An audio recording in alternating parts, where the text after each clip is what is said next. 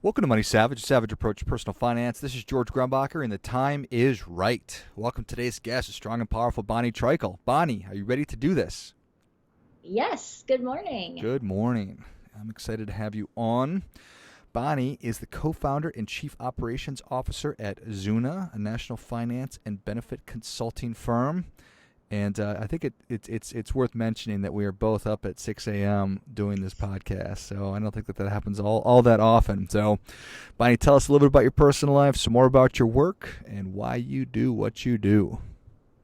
Sure, yeah. A little bit about myself. I'm originally from the Midwest and made my way to the West Coast for law school, and then have never made my way back to the Midwest. So I'm excited to be here speaking to you about kind of my passion, which is taking really, big plan solutions or big retirement plan solutions, and then bringing them down market to small and mid-sized businesses so that small business owners can incorporate a compliant 401k program, or for nonprofits, a 403b program into their benefits package. So, just like everyone else who is in the retirement plan space, I basically fell into it after law school and have really enjoyed that practice of helping people incorporate a retirement program for their employees. And so I'm excited to talk to you about that today. A little bit about my personal life. In my spare time, I enjoy things like bike riding and running and hiking and volunteering for Make-A-Wish. Nice. Well, I appreciate that. So, big plan solutions down to smaller organizations. So, what does that mean? Yeah, so I a lot of times really big retirement plans, they have a lot of resources, and so I like to take those and through technology bring them to smaller business owners so that they have that same opportunity to have a retirement plan, even though they might not have a huge HR department or a huge finance department, for example. One of the other things I've been focusing a lot on more recently is also this concept of ESG and ESG investing, and through the 401k plan, how you can incorporate environmental, social, and governance into your investment lineup. So that's another passion of mine that I talk to clients about in the retirement plan space. Nice. Appreciate that. So, is that you're able to take a lot of the benefits that big organizations have because they have more resources down to small organizations that don't have the same kind of resources. Is that just via technology and improvements that have happened? Yeah, great question. So you can take it through technology and then streamlining a lot of the processes and trying to shift some of the fiduciary responsibility from the small business owner to an organization such as an RIA, such as myself, also through the use of the record keeper and a lot of their technology. If you streamline a lot of those processes, it gives the small business owner an opportunity to have a retirement plan in a compliant way that they might not have otherwise done so. Got it. Yeah, it is. It is a lot to ask a smaller organization. Hey, here's what we're going to do. We're going to put in place this super complicated thing, and then you're going to keep an eye on it to make sure that you're doing everything correctly, just in kind of your spare time. Yeah, exactly. Because, they have a business to run. They're thinking about profitability, keeping their doors open, particularly right now. There's a lot of other things going on for the small and mid-sized business owner. So it's thinking of ways to streamline it, make it really simple. Don't add too many bells and whistles. Just think about how to keep it simple for the business owner so that they don't have to spend all their time on adding this extra benefit or worrying about the liability associated with it. They can just keep it really simple and offer this benefit to employees so that they can be saving for their future. Yeah. And that's it's a huge problem, obviously, that you're working to address. That there's so many smaller organizations in the United States that employ a huge percentage of people that then don't have access to retire just a 401k at work or a 403b. So, I think that we probably had this conversation on the show. But how many people are we talking about? I don't have the stats in front of me, but the coverage gap, I think, it's huge. And there's a variety of different, I know you've had guests on your show before who've talked about the coverage gap and the various ways to address it. So, for example, the Secure Act, which passed at the end of last year, has provisions, things such as the tax credit that you can get from starting a retirement plan. That's one way they're seeking to address it. So, small business owner starts a plan. There's a much larger tax credit that's now available for starting a plan. We have things like the state-run plans. So those are starting to pop up in various states, Oregon, California, other states. They're creating these state-mandated auto IRAs. So that's another way to address the coverage gap. But there's still a large problem of not enough people having a workplace retirement plan. And so there's a variety of ways. And again, that's something I'm trying to, through my colleagues, address of making it easy to have a plan so that more business owners will want to do it. There's the longevity issue as well of making sure people save enough once they have the plan. But I think we're really trying to address the let's make sure enough people get access to a plan. Yeah, first things first, Bonnie. So, and then ESG. I think that I know that more and more people are interested in doing ESG investments, being socially conscious, just having an impact with everything that they really can, and certainly money that their investments could be a big part of that. But there have always been a lot of barriers to having that type of investments inside of a retirement plan. Why is that? Yep. Great question. I think there's a lot of different barriers that people perceive as it relates to the defined contribution plan. So one would be the regulatory aspect. So if you're an employer and you're thinking about your fiduciary responsibility as it relates to the plan, the perception has been, and rightfully so, not just necessarily a perception, but it's that with different administrations over time, the regulations have shifted back and forth. I use the term, it's ping-ponged back and forth. Mm-hmm. And so different administrations, it's a political hot button, right? And we're seeing it again with the most recent proposed rule from this administration around use of ESG in the retirement plan. But it goes back and forth that yes, you can use ESG factors. No, you can't use ESG factors. And I should clarify when I say you can't use ESG factors, it's never been that you can't use ESG factors for your analysis of the investments in the plan, but it's a harsher, it's perceived that you can't use ESG factors because right now, for example, this administration, they want clearer documentation of the ESG factors, and they make it very clear that the financial factors have to come first and ESG factors have to come second. So I think that's one of the big barriers is that there's this perception that from a regulatory standpoint, you can't do it. But I would clarify that's not the case. I think the second barrier would be the lack of data historically.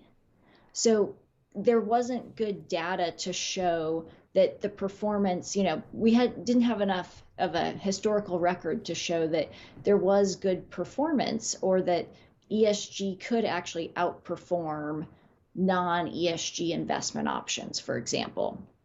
So I think now there is more data to show, hey, we've had these ESG funds long enough. They are performing well. They're performing well in, times of a down market, that sort of thing. So I think the data is also becoming more available and better. So I think those are two of the things that were probably barriers that are now becoming, the regulatory hasn't been addressed, but it's becoming better talked about and people are starting to understand it more. The third factor, I think, would be just the misinformation around ESG. And so I have been talking to advisors about throw out everything you know about ESG. And what I mean by that is people think about ESG and they think, oh, this is about sin stocks, or the one bad thing, or inclusion of the one good thing. But if you really think about ESG from an integration standpoint, it's an overlay to your entire investment process. And so I guess the barrier to me would be the misinformation around ESG and reorienting to ESG integration as a new process going forward. Got So it. those are three main barriers in my mind. For the first one, what was really the wisdom behind it? Like, it seems like this is something we could all agree on, but obviously that's not necessarily the case. So Yeah, it seems like we could all agree on it. I think the political nature of it, I think, makes it a big issue. If you look at, so we had a proposed rule over the summer from this administration. So historically, it's always been sub-regulatory guidance. And what that means is the Department of Labor would put out like a field assistance bulletin, for example. And this time we had a proposed rule to actually change on ERISA related to ESG. And now we're awaiting, probably even this week maybe, a final rule. And if you look at the rule, there's a preamble and it has just tons and tons of political posturing, and then only 5 pages of the actual rule. So it was an opportunity for, there were thousands of comments about this rule, and from senators, so lots of congressmen. It just became a real political issue. And so I think if you took out all the politics and really just looked at what it was trying to accomplish, we could all agree on it, right? yeah, If we just looked at like the numbers and the math and what it was actually trying to accomplish, we probably could all agree, but it's really become a political issue. that's interesting, and I have to imagine that first and foremost, making a change in ERISA is probably a challenging thing, just fundamentally. Yeah, there's a lot of steps and it's a really formal process as opposed to before, the DOL just putting out the sub-regulatory guidance. Yes. Got it. And then everybody wants to chime in for Yes. for every number of reasons. All right, fair enough. Well, that should be interesting to see what actually happens to that. And then in regard to the data and probably the misinformation, those are probably correlated. So the data is coming in and saying that, because probably the misinformation used to be that the performance is not as good as just traditional investing approach. Absolutely. I think the notion was if you invest in ESG, that means you will give up investment returns. Mm. You're going to be giving up performance for ESG. And I think what we're seeing now is that's not necessarily the case. Perhaps there might be some ESG funds that underperform, but there may also be some ESG funds that have outperformed. When there was the dip earlier this year, the data shows that ESG held up very nicely and also outperformed in many instances. Now, you do have some fund companies who will admit that their ESG funds, perhaps they can't show that it is the ESG that is the causation of the outperformance, but that it is outperforming. So there is data to support that the ESG does not mean you are giving up performance. And so I think historically, I've just heard so many comments both from employers and advisors. Oh, if I go the ESG route, I have to give up performance. And I think we're seeing now that's not necessarily the case. Yeah, I can see how that would just be sort of a talking point that you keep kind of kicking the can down the road, saying that over and over again. And I imagine that makes you want to pull your hair out. So anyway, so when an organization decides to put a 401k in place, part of their responsibility is to then put investments inside of the 401k that are appropriate and suitable, and there is for lack of a better term, a legal mix that has to go in.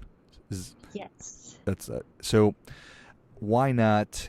Could you simply it's not like you're throwing the baby out with the bathwater and only doing ESG. Couldn't you have that traditional lineup that has to go inside a plan and then also offer ESG options? Yeah, so that's a great point. And that's kind of so a, a couple of comments there. One, there are what I'll call ESG branded funds. So, XYZ sustainability option. And to your point, absolutely. I think both under the current guidance from 2018, which is a field assistance bulletin, as well as even the proposed rule as it stands today, your point is well taken that you could absolutely have your fund lineup, so your designated investment alternatives, and then on top of that, you could add XYZ sustainability option as, and you could have two or three of those as a stand beside to your current investment options, so long as they still met your normal investment screening process. So if you had an investment policy statement and those additional sustainability options met your investment policy criteria, there would be nothing wrong with that. That would be absolutely fine. They would still have to make sure that they're meeting your IPS and that criteria, but that would work. Where there is a distinction is what is called the QDIA, or Qualified Default Investment Alternative.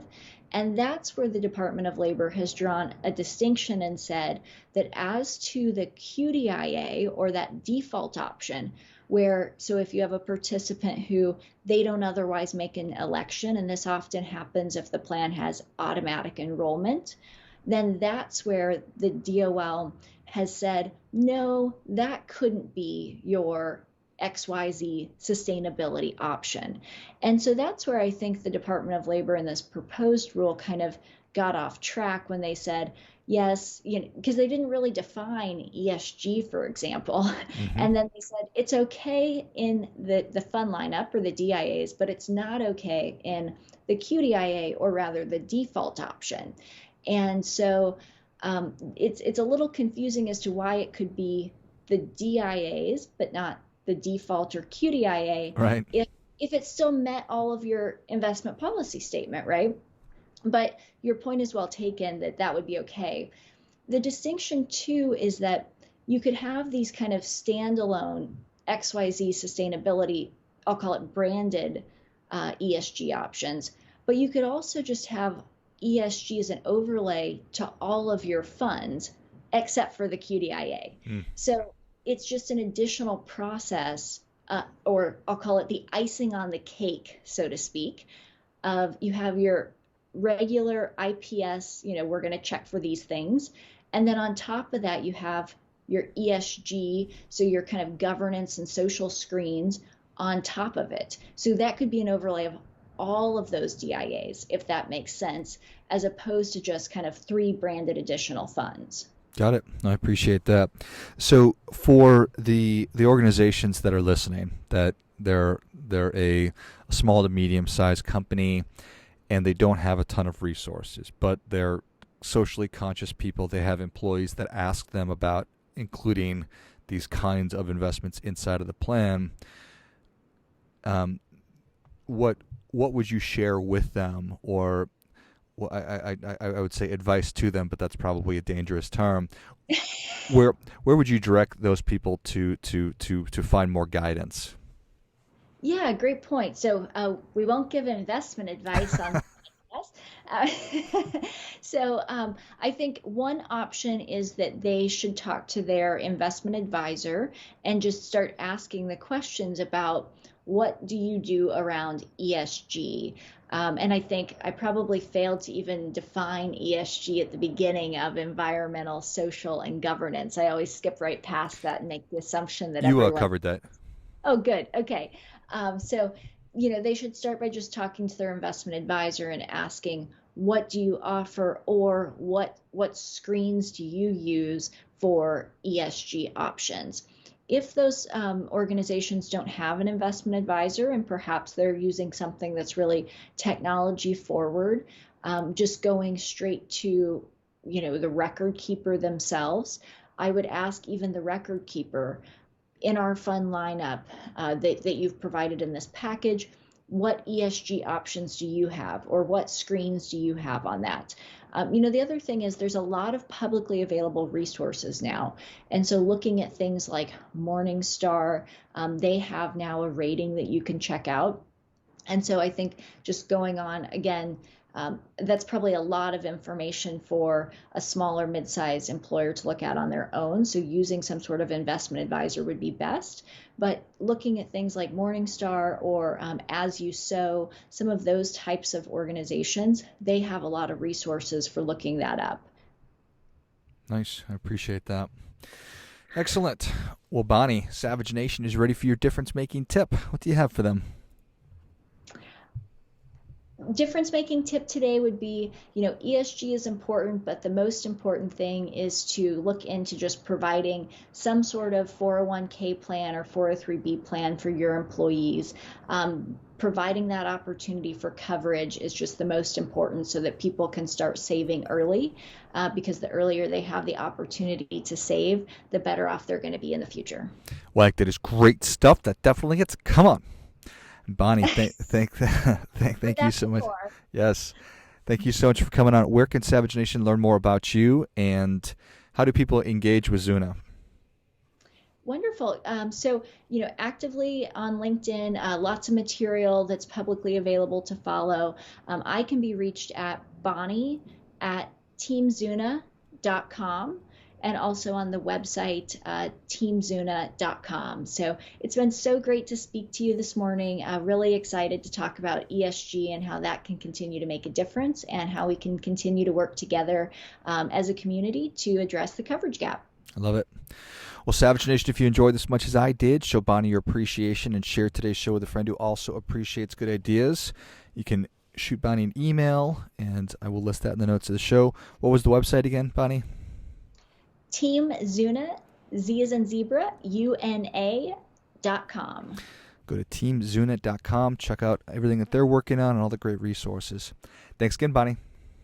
Thanks. Have a great day. And until next time, keep fighting the good fight, because we are all in this together.